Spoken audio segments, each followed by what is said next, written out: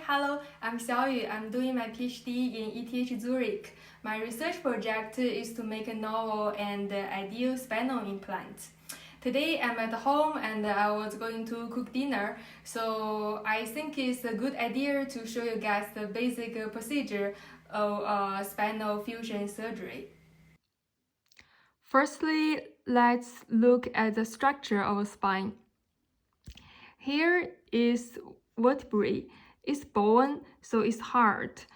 We will use potato to mimic it later. And between each vertebrae, we have intervertebral discs.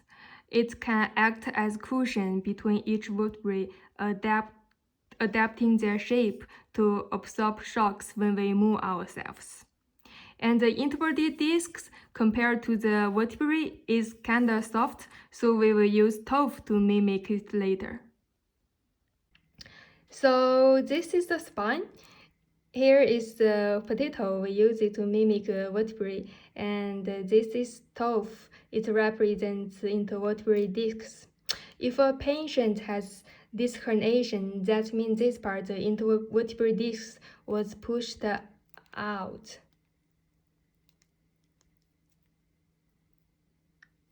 And then you can see the disc may comprise the nerves behind this, so the patient will feel pain. Sometimes they can't stand this pain, so they need a surgery.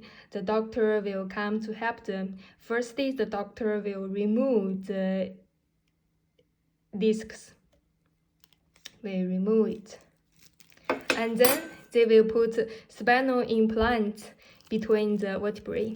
Here we can use this one to mimic a disc spinal fusion cage. So the doctor implanted this fusion cage between these two vertebrae.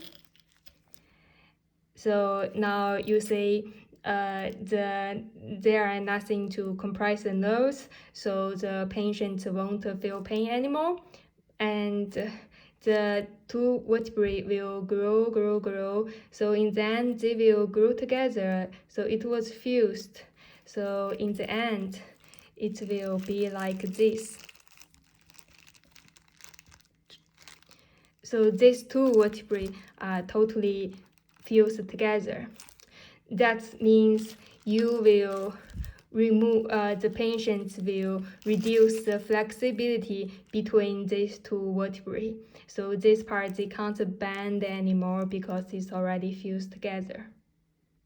Okay, that's it. My project is to improve the properties of the spinal implant. So alright, I think it's time for me to cook dinner. See you!